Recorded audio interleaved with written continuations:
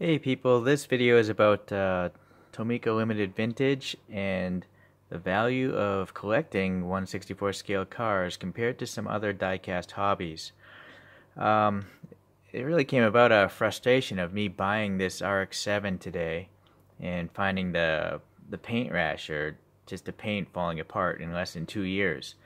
And I'm pretty frustrated with this brand, so I wanted to pull out the small amount of TLVs I've purchased, which are these. I have 15 of them, and only 3 of these 15 models have flawless paint finishes. That means 80% of these models I would consider blemished.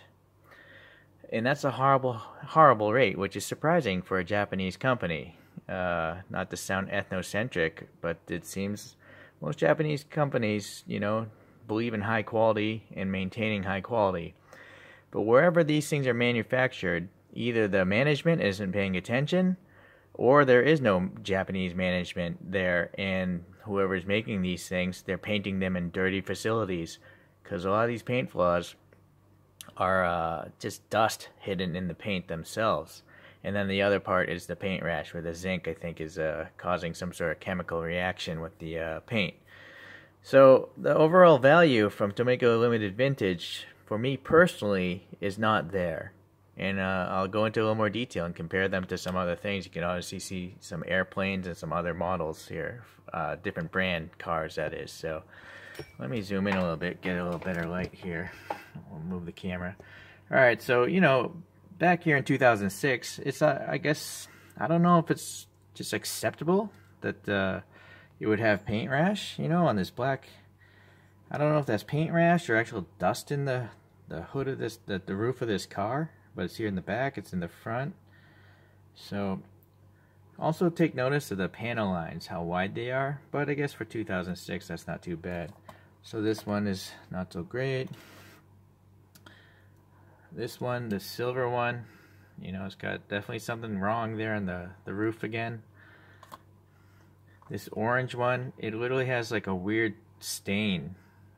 I don't know, hopefully you can catch it on the video camera, but there's like a round white stain there, as if it was placed upside down on a tray or something, and it picked up something off of a table or something. I don't know, it's hard to say, but it's definitely a stain. This red one here, you can see a bunch of little tiny bubbles or something going on in the roof of this car. So it goes on and on. This one, I'm not sure if this is paint rash, but there's a tiny bubble there at the, yeah, you can see that, right? Or maybe it's dust hidden underneath the paint. Maybe they're just spray painting these in an open facility and the dust is getting in there, which is just, it's bad. It's bad for such an expensive premium diecast. This one's got a ton of bubbling going on in the roof of this car. So anyways, all of them except for 3. This one here, this Cedric Special S, which came out in 2010, that one's flawless. This gold one is from 2019, so it's only a year old. This is being filmed in November 2020, and this is flawless, nothing wrong, can't find anything wrong. This one back here, and I think there was a blemish in this.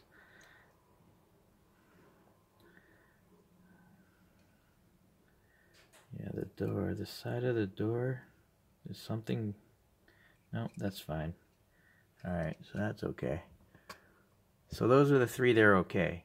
But even this brand new 2020 Ferrari, I noticed there's something wrong with the paint there. There's like dust in the paint or something right there. Hopefully, I don't know if you can catch it. Same with the F40. So, this is not a cheap car by any means. It's along the same price as diecast airplanes, the better ones. So unfortunately, in 2 years, this thing is probably going to start having paint rash, and it's a really high-end car. It's I guess the most expensive car they've made in a while, right? These Ferraris, and both of my Ferraris are not flawless. So, on the flip side here, Mini GT is doing a great job. These things are a lot cheaper, half or 1/3 the price, and I can't find any flaws in the paint.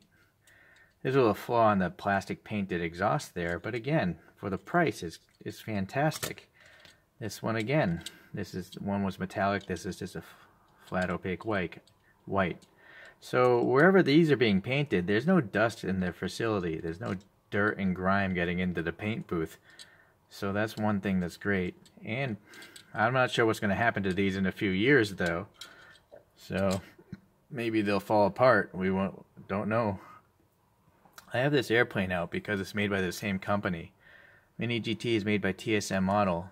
This is a Top Gun F-14, you know, Maverick and Goose. So the same company made this model. Now look at the panel lines. The panel lines in the F-14 are just so amazingly intricate. They're so much thinner than their cars. Mini GT has really wide panel lines. I have a suspicion is because they can pull more parts out of the mold, maybe, or they're compensating the fact that they're going to have amateurs painting these models, and they might fill in too much paint will fill in the body panel, kind of like this light blue TLV. The body panel lines are not very crisp because whoever painted this filled it in with a lot of paint. So thick paint fills in the lines, whereas in this 2019 version, this has nice tight lines, very thin layer of paint, so you can see the panel lines, and they're quite thin. So this is a great model actually. So, but anyways, I just wanted to show that the same company is capable of making a better model. Why they choose to have these atrociously large body gaps, I do not know. Comparing these two here, look how wide the body gaps are here in this Mini GT compared to this TLV. But again, there's a big price differential here. You know, this is much more crisp detail, but it's also a lot more expensive. But it might have some paint problems. Okay, so the main culprit of this whole video is this car. It's only 2 years old. It came out in 2018. And let's see at the door here. You can see the paint rash here, I hope. Oh, sorry. Let me get a screwdriver, it's better. And there's a dot there, a dot there, a dot there, a dot there, there's like 5-7 dots there. This one in particular, hopefully you can see, as I twist the car, it's huge. It's over, I would say it's a 2 millimeter wide blemish on a 2-year-old car. Also, this whole putting on your own mirrors is kind of BS. It's bullshit.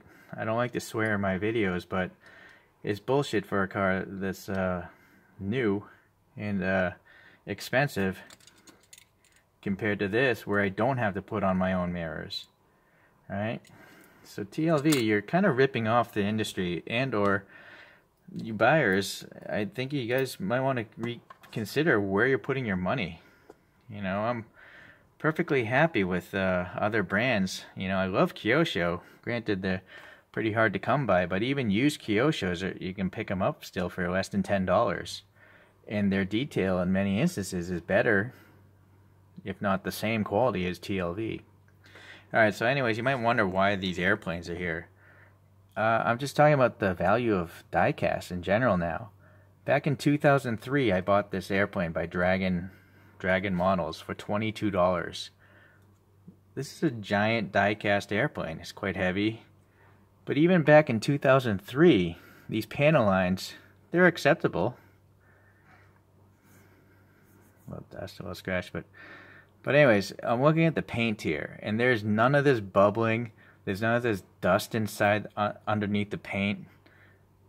I mean, for a $22 model of an airplane with some complex wraparound printing on it, there's really nothing to complain about, right? So that's a 2003 model. This is a 2004 for 19. I'm pulling this out because it's a matte finish, whereas the other one was gloss finish. Again, I can't find any flaws on this model. And this thing was made 16 years ago, or was released 16 years ago. So, okay, so now these are 1/200. These larger ones are 1/400 scale. These fighter jets are 200 scale, so they're twice as big in scale. This one was put out in 2011 by Herpa, which is a German company. And hopefully you can see. I'm trying to focus the camera. Look how tight those panel lines are on the wings and the fuselage. Right? That's impressive. And then later on, same company, this is a 2017 model of a MiG-25.